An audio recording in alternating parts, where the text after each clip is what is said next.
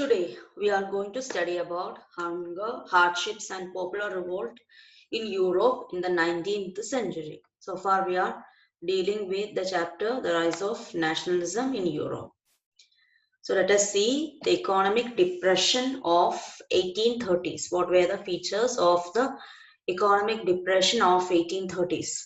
The first half of the 19th century saw an enormous increase in population all over Europe. Birth rate was increasing, death rate was falling because of better medical facilities and all. And as a result, there was increase in population all over the Europe. And there were more seekers of jobs than employment.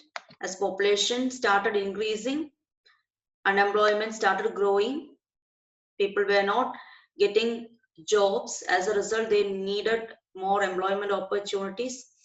In rural areas, the opportunities for employment were less. As a result, they started moving from rural areas to the cities. They started moving from villages. Rural areas means villages to the cities. Migration. That means movement of people from one place to another. So they started moving from villages to cities. And when all these people started coming to cities, it was overcrowded. Cities became overcrowded. It resulted in the growth of slum areas. Okay, in big cities, you can see slum like Mumbai and all Dharavi. You can see slum area, highly congested areas. Those places are highly congested. And why slums are occurring in big cities? Because big cities are offering job opportunities. In order to get jobs, people are migrating. They are coming from other places to big cities. And when big cities become overcrowded, everybody cannot live in the center of the cities, or everybody cannot get shelter, proper shelter, and as a result they will be forced to live in slum area near the footpath and all. It will be overcrowded. Then small producers in towns were often faced with stiff competition from imports of cheap machine-made goods from England, where industrialization was more advanced than on the continent. So in Europe, many countries are there, and England is one of the countries. As we all know, industrial revolution started in England. So there was better, more production of industrial goods in England. Better production techniques were available. Mechanization was highly advanced. As a result, they were producing more and more goods, and they started exporting these goods to other countries of Europe. When they started exporting goods to other countries to Europe, the other countries were flooded with, or other countries were filled with the goods from Britain. Okay. So the other countries started importing cheap machine-made goods from England, like France, other German parts, Italy, and all. When they started importing goods from England, what will happen? Their markets will be crowded or flooded with the cheap machine-made goods from England, and as a result, machine-made goods will be cheap, and people will buy machine-made goods. And what will happen to the indigenous industries? What will happen to the native industries? They will suffer loss. Okay. So in England, industrialization was highly advanced. They were producing better goods, better quality goods. Because of that, other countries had to face competition from the goods of England. This was especially so in textile production, which was carried out mainly in homes or small workshops and was only partly mechanized. So other countries, what was the problem? Other countries were not as advanced as England. And if you take one particular industry, like textile industry, in textile industry, other countries apart from England, textile production was mainly conducted in homes with less number of machines, more handmade goods and less number of machines. So it was not having full perfection, and also it was expensive. But machine-made goods from England were relatively cheap, better finished, so it had more demand than the goods which were made at homes. Okay. Other countries had to face these kind of problems, and because of that, the other countries, the textile production, the textile industries, they were suffering losses. Again, problems started coming up. Many people became unemployed. They were not getting sufficient wages and salaries. In those regions of Europe where aristocracy means the wealthy class, still enjoyed power, peasants struggled under the burden of feudal dues and obligations. Now, what happened to the people who were living in villages? What happened to the peasants who were living in rural areas? They had to pay feudal dues. Feudal dues means a compulsory amount that the lower estates, the lower classes of people had to pay to the higher classes of people. Okay, pay to the higher estates or higher class of people, the compulsory payment. That is what we call feudal dues. Okay, they have had to pay this money like taxes. They had to pay the money to the higher classes of people. So that was also increasing day by day. Obligations means other commitments. So feudal dues, the money which they had to pay, and other duties, other obligations, other responsibilities of the lower classes people were also increasing. Other responsibilities means the other duties which the rich people gave to the lower classes of people. Like they had to do forced labor without any pay. They had to do the household work of the rich people and all without any payment, without any salary and all. So these kind of responsibilities were increasing. The rise of food prices or a year of bad harvest led to widespread pauperism in town and the country. So both in village and towns, there were shortage of food. And why there was a shortage of food? Because of bad harvest, and because of the shortage of food, the prices were skyrocketing, the prices were increasing. So if you analyze the economic situation of towns and villages, both were suffering. In towns, competition of machine made goods from England, and in a village the feudal dues were increasing. Then both the places they faced shortage of food because of bad harvest. And again, unemployment problem was also increasing. Employment opportunities were not there in villages. Because of that, people were migrating to the cities. Cities were overcrowded. So all these problems were there in 18th century Europe. So 1848 was a year of bad harvest. Food shortages and widespread unemployment brought the people of Paris out on roads. That is, we are talking about French population here. The people of France, capital of France is Paris. So population of Paris, they came out on the roads. Barricades were erected. Barricades means obstacles to control further movement. That is some kind of hindrances, some kind of obstruction. That is were known as barricade. They were erected, they were constructed, and Louis Philippe, monarch, who was ruling in France, was forced to flee. He ran away. Popular revolt, because of popular revolt. The National Assembly, which was the Parliament of France, proclaimed means declared a republic. Okay. Now France again witnessed a change in a form of government. Again, it became a republic. And after becoming republic, it gave a suffrage. That means voting right to all adult males. Previously, universal adult franchise or universal adult suffrage was not there. Now again, it became a republic. After becoming republic, it granted universal adult suffrage or adult franchise to all the males above 21 years of age and guaranteed right to work. Okay, it's like a fundamental right. Everybody can work. Everybody is entitled to get a decent wage. They are having all kind of working, sufficient working conditions and all. You can work wherever you want. You can work. You will get the sufficient wages. You will have a decent standard of living. All these things were guaranteed. That is, constitution was rewritten in that way. Then national workshops, seminars, study classes were conducted to provide employment. Okay, so all these workshops were all conducted for providing employment opportunities. Now again, next, a popular revolt. An example of popular revolt in Silesia is mentioned here. That is one example or an extract or an event. Earlier, 1845, weavers in Silesia had led a revolt against the contractors. Silesia, it's a place in Poland now and was a part of Prussia, okay, German Empire. It was under the control of different empires at different points of time. So Silesia is a place in Poland now. They faced the revolt in the year 1845. What was the revolt? The revolt was led by the poor people who were working in textile industries. What was the cause of the revolt? The contractors who supplied them the raw materials, the weavers in Cilicia, they got raw material from the contractors. They will provide the raw material and the weavers had to weave, they had to make the finished product, and finally they have to give it back to the contractors.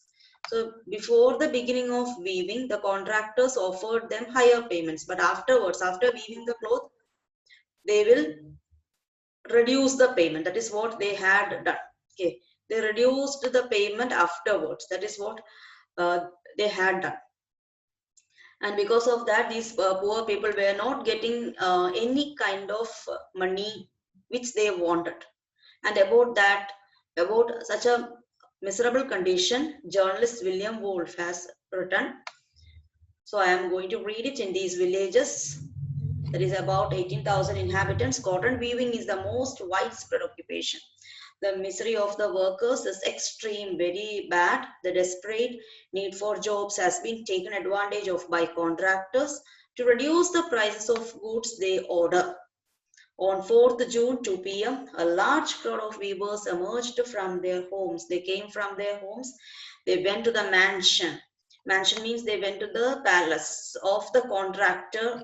Mansion means a very big house, a palace-like house. They demanded higher wages. They were treated with scorn. Scorn means the contractor used to make fun of these people, a feeling of contempt and threats. Alternatively,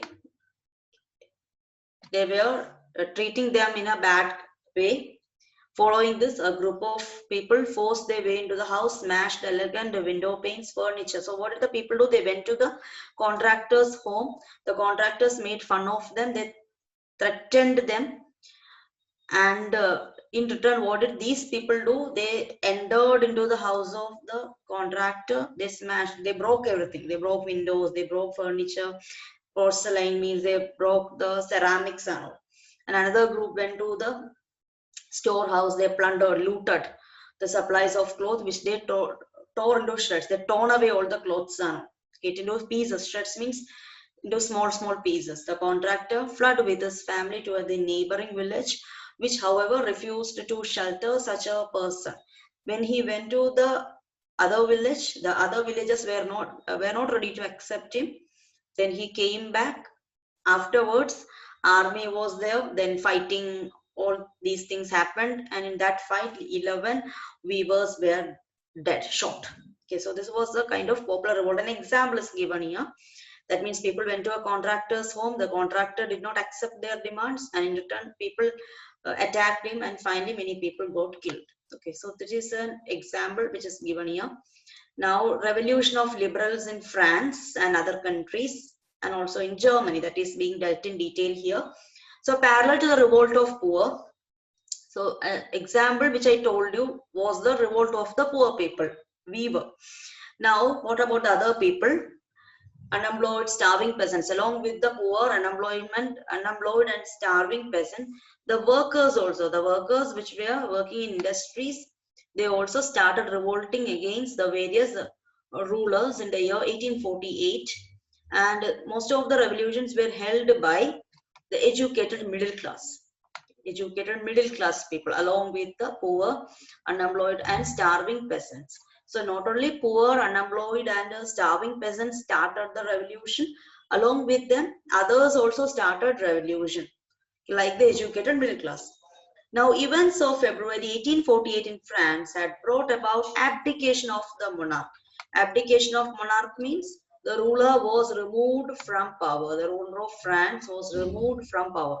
Louis Philippe was ruling. He was removed from power. And I told you it became a republic. Because we studied a reason ago, republic based on universal male suffrage.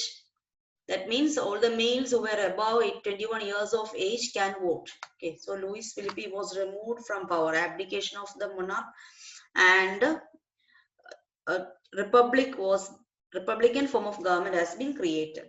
What about other countries of Europe? Other countries like Germany, where the independent nation states were not there. Independent countries were not formed on the basis of language or culture like India, Pakistan, Sri Lanka. It was not created, as I told you before.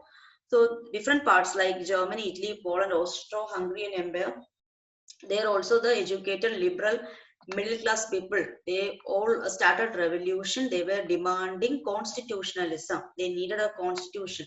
They needed a republican form of government. They needed democracy with national unification. Okay, this we are talking in a few classes. That is, they needed unification. They needed nation on the basis of common culture, common identity, common language, etc. And what were their main demand? Again, they are repeating. They needed a constitution. They needed freedom of press. They needed freedom of association. Freedom of press means they wanted to write whatever they wanted to write in newspapers. They wanted to form a lot of associations. So these were their demand. They needed constitution. They needed freedom of press. They needed freedom of association. So these were the demands of educated middle class liberals. Now in Germany, what happened? In German regions, a large number of political associations whose members were middle class professionals, businessmen, prosperous artisans, they came together in the city of Frankfurt and decided to vote for an all German National Assembly. So educated people, the middle class people, these people came together. So where they came together? They came together in the city of Frankfurt. They came together in the city of Frankfurt. And why they came in the city of Frankfurt? They wanted to make National Assembly of Germany, all German National Assembly. For that purpose, they all came together in the city of Frankfurt. So who all came together? Middle class professionals like lawyers and all, then businessmen, prosperous artisans. Artisans means a worker in a skilled trade, like a carpenter in that way. So they all came together in the city of Frankfurt. They wanted to make a national assembly. They wanted to make a parliament. On 18th May 1848, 831 elected representatives marched in a festive procession. That means they were moving in a group to where they went in the city of Frankfurt. They assembled in the church of St. Paul. Why they assembled in the church of St. Paul? They wanted to make a constitution. They wanted to make a national assembly. They drafted a constitution for a German nation to be headed by a monarchy subject to a parliament. So they wanted a constitutional monarchy. They wanted to give control to the German parliament. They wanted to give the control to the German constitution. So they needed a parliament, they needed a constitution, but they were favoring the monarchy also. Okay, they were supporting monarchical form of government. That means a king can become the head, but the entire government will be controlled by the parliament and constitution. That was their idea. And when deputies offered the crown, certain deputies or certain leaders were elected in that meeting, and these deputies were ready to give the crown, that is where they offered monarchy to Frederick William IV, the King of Prussia. You can see here Prussia. So this is the German Confederation of States. You can see over here. So you can see Prussia. Prussia is one of the biggest states of German Confederation. So they gave the crown. They were ready to give the crown to Prussian King Frederick William IV. But he told, no, I am not ready. I don't want to become constitutional monarch, because under constitutional monarchy, monarch will not have any kind of power. The power will be enjoyed by parliament. Because of that, he was not ready to accept that offer. While the opposition of aristocracy and military became stronger, the social basis of parliament eroded. Now again, the liberals did not get the support from aristocracy and military. Okay, the wealthy people, the military, the army and all, they were not ready to support aristocracy. Sorry, they were not ready to support the liberals or liberal class, and because of that, they were not able to make Frederick William IV as the constitutional monarch of Germany. Okay, and because of that, the aim of parliament was not fulfilled. The social basis of parliament. Social basis of parliament means they were not getting support from all the classes of people. The parliament was dominated by the middle class, who resisted the demands of workers, artisans, and consequently lost their support. And one more problem was there. The revolution was dominated by the liberal-minded middle-class people, professionals and all, and these people were not ready to accept the demands of workers and artisans. Okay, they wanted more control, but these people were not ready to give any kind of power to the workers and artisans, because the parliament was controlled by the liberal middle class. So aristocrats were not happy, the military were not happy, workers were not happy, artisans were not happy. So it was not getting popular support. As it was not getting popular support, they were not able to make Germany a constitutional monarchy. They became unable to make a parliament, they became unable to make a constitution. And finally, the troop soldiers were called in, and assembly was forced to disband. It was dismissed, it was dispersed, assembly was dispersed. So their dream to become a constitutional monarchy, their dream to become a nation came to an end at that point of time. Hopefully you understood this. Thank you.